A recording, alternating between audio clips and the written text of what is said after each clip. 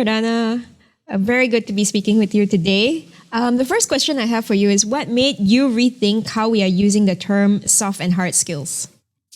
So I have to say, for the longest time, I have been questioning, why do we call these skills soft and why do we call the other skills hard? I have a problem with both. So for me, the word soft implies something that is fragile, gentle, a little bit fluffy if you want. And I always thought, we talk a lot about leadership and followership and emotional validation and all these things. And why do we think that the skills are soft? Not only that, but the more I advanced in my career and the higher I got to higher level of management, what I realized is that I need more and more this type of skills, but the implication that they are soft sort of didn't match the importance. So if something is that really important, why do we call it soft? And then I have to say, I don't know about the rest of you, but when you call something hard, there's an implication that is more challenging. Not only that, but the word hard implies rigidity, heaviness, maybe even opacity. And if I think a little bit about what are hard skills, right? What traditionally we call hard skills, they are skills that need to constantly evolve, right? You can learn a software language today, but it's going to be obsolete in a year. You can learn coding, but you're going to have to constantly sharpen the skills. You can learn, physics and mathematics or engineering, but you constantly have to evolve the skills. You constantly have to sharpen them. They are not static, which the word hard implies static. So for me, these skills are very dynamic. Therefore, they need a word that reflects this dynamism. So I challenge both of the soft and hard terminology because I don't think they reflect anymore the way we value them as society, the way we employ them, the way we think about them. It sounds like you had a personal epiphany about this, but why do you think this change in language from soft and hard to sharp and smart is important for the rest of us as well? So one of the things that I experienced in my life as a professor in executive education is when I talk to learning and development or HR experts, and they say, we want our staff or our executives to improve in their soft skills, but they don't really like it when we give them feedback that they need to improve their soft skills, right? So can you think of a way to sell the product, if you want, the executive education product, but we can't really call it soft? And I was like, well, then why do we even call them soft to start with? And I kept thinking, so the absence of soft is hard and the absence of hard is soft, but the absence of soft skills, the way we traditionally think about it, they actually don't make somebody harder, they make it dumber. I'll be very honest, right? So I thought, a person that is very good at interpersonal relationships, that is very good at managing up, that is very good at navigating, diversity, it's actually a very smart person. And now granted, there's a lot of people calling them very differently, which I love because it seems like the whole world now is fed up with this model. So some people, instead of soft, they call them people skills or power skills or cognitive skills. But for me, once again, I don't think this is really a reflection of how I think in my limited world, if you know, how I think of these skills as being important. And I always thought that somebody who's very good at these skills is probably a lot smarter than most people in the organization.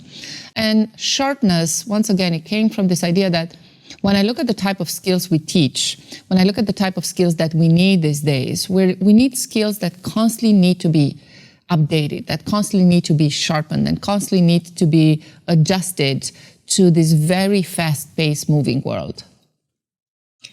I think, like you said, smart skills have always been really important, especially as you advance in your career, but especially as the world is recovering from a pandemic now. Why do you think these smart skills are more relevant than ever?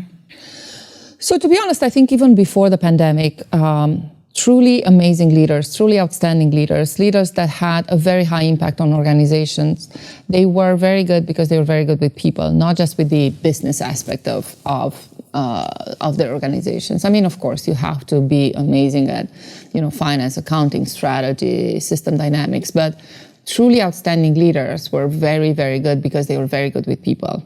And this is what I think this project is all about. If the title of this book is "The Job is Easy, the People Are Not," our responsibility is to help people be better and therefore make the job better. I think post-pandemic, what the world has realized is that we do need an environment where we are surrounded with a lot more empathy, where validation is an important skill both to practice but also to ask for, where managing diversity, truly managing diversity, productive inclusion is essential for success, where a leader and a follower cannot be just one, but they have to be both.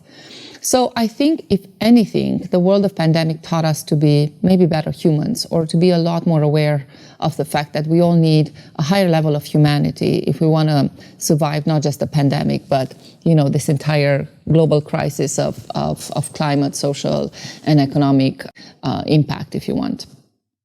So would you say that smart skills are an essential set of skills, not just for leaders, but for every working professional, and why? So I think, to be honest, at the end of the day, everybody's both a leader and a follower. It's just a different construct, how much you lead and how much you follow. Think a little bit about why working with people is so hard, which once again is the title of this work that I'm co-producing with my colleagues.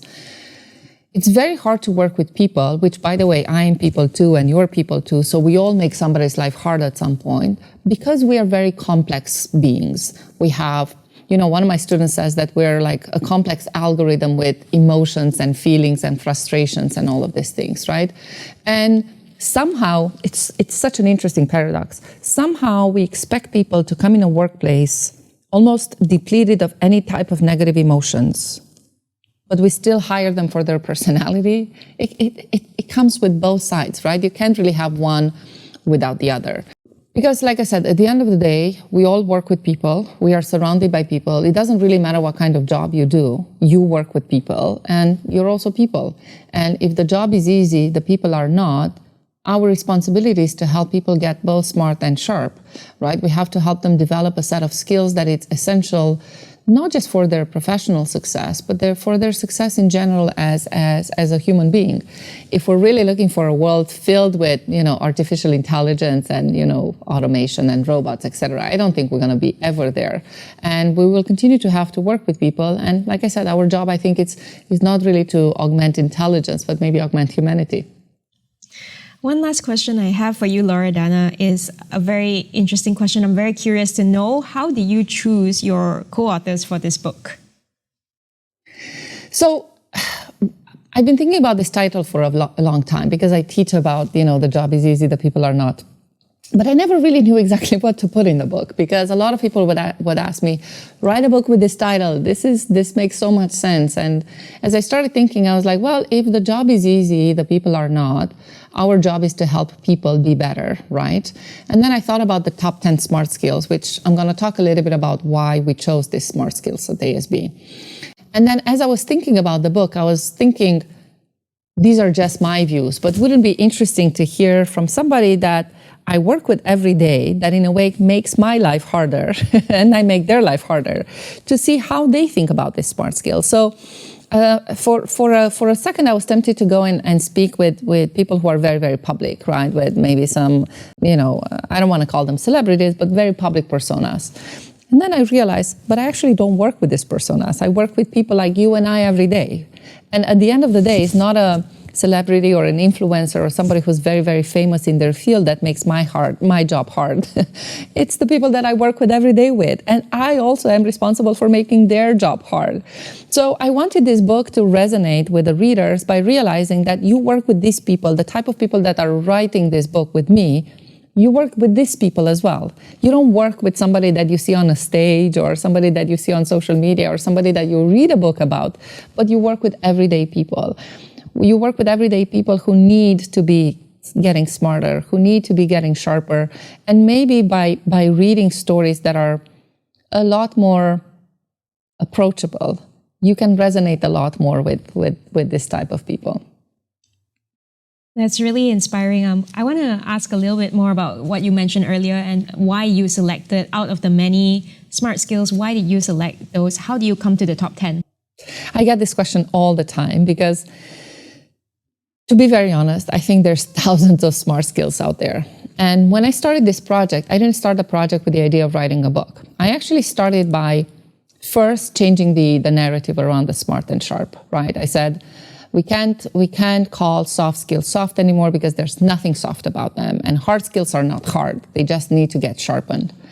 And then I started looking at what helps my students succeed in their MBA program and then post-graduation.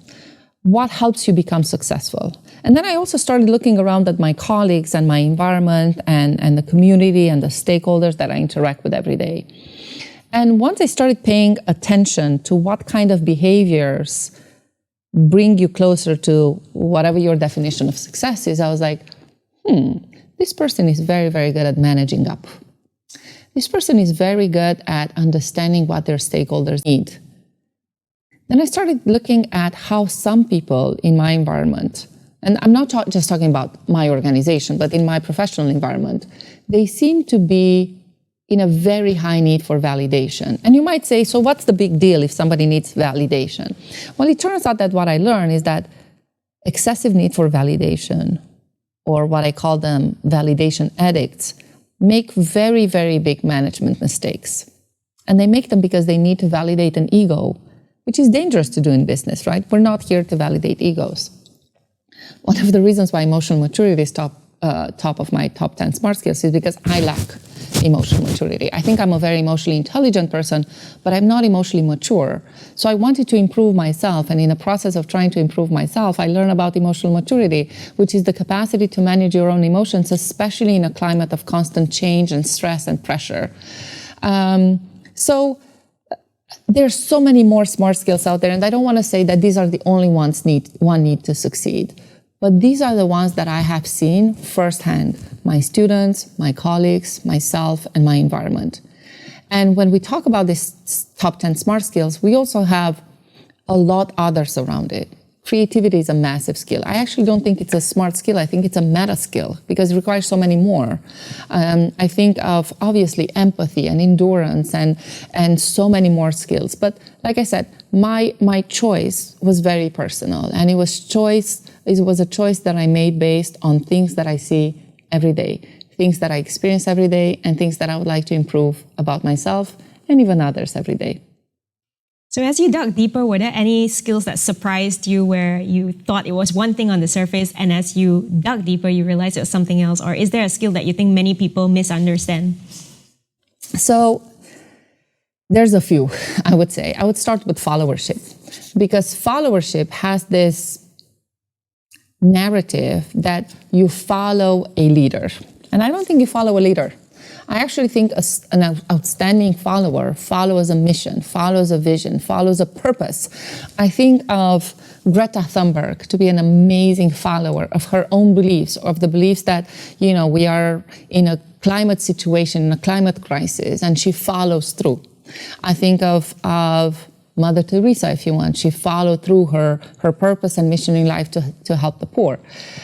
I think we think of followership as a skill that is required to follow your boss, the same way we think about managing your boss. I think of managing up as managing your stakeholders, thinking ahead of what your stakeholders need, what your stakeholders want, how can you help them in advance, for which you need cognitive readiness.